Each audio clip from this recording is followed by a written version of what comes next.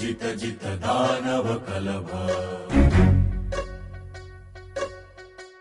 नौमि श्री भगवन्तं गणपतिमति वरदं वरदन्ती मुखं सुमुखं सादर मे करदम।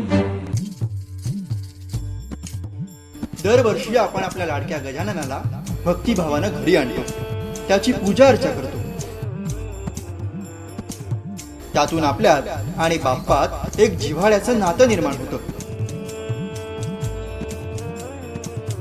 अशातच 1.5, 5, 11 किंवा मग 21 दिवसांनी आपल्या लाडक्या गणरायाच्या निरोपाची म्हणजेच विसर्जनाची वेळ येते।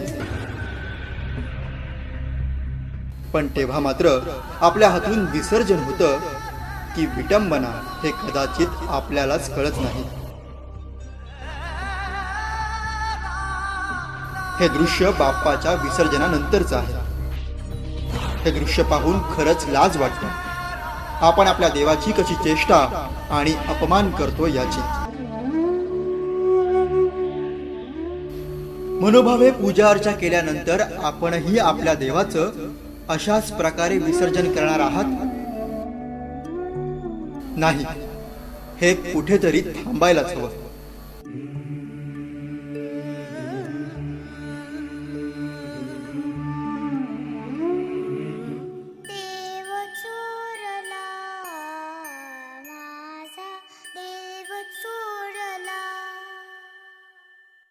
देवाचीही अशी विटंबना होऊ नये म्हणून पुढच्या पिढीने आणि मूर्तिकारांनी शाडूच्या मातीची अथवा कागदी गणेश मूर्ती घडवायला हवी।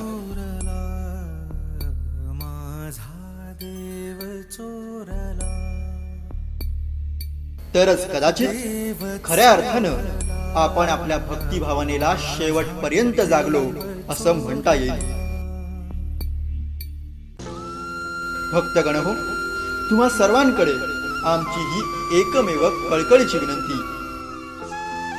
विसर्जन करूया, विटंबना नको। मी येतो तुम्हाला जोडायला आणि तुम्ही येता मला तोडायला। ही विटंबना थांबलीच पाहिजे। एक विचार गणपतीचा।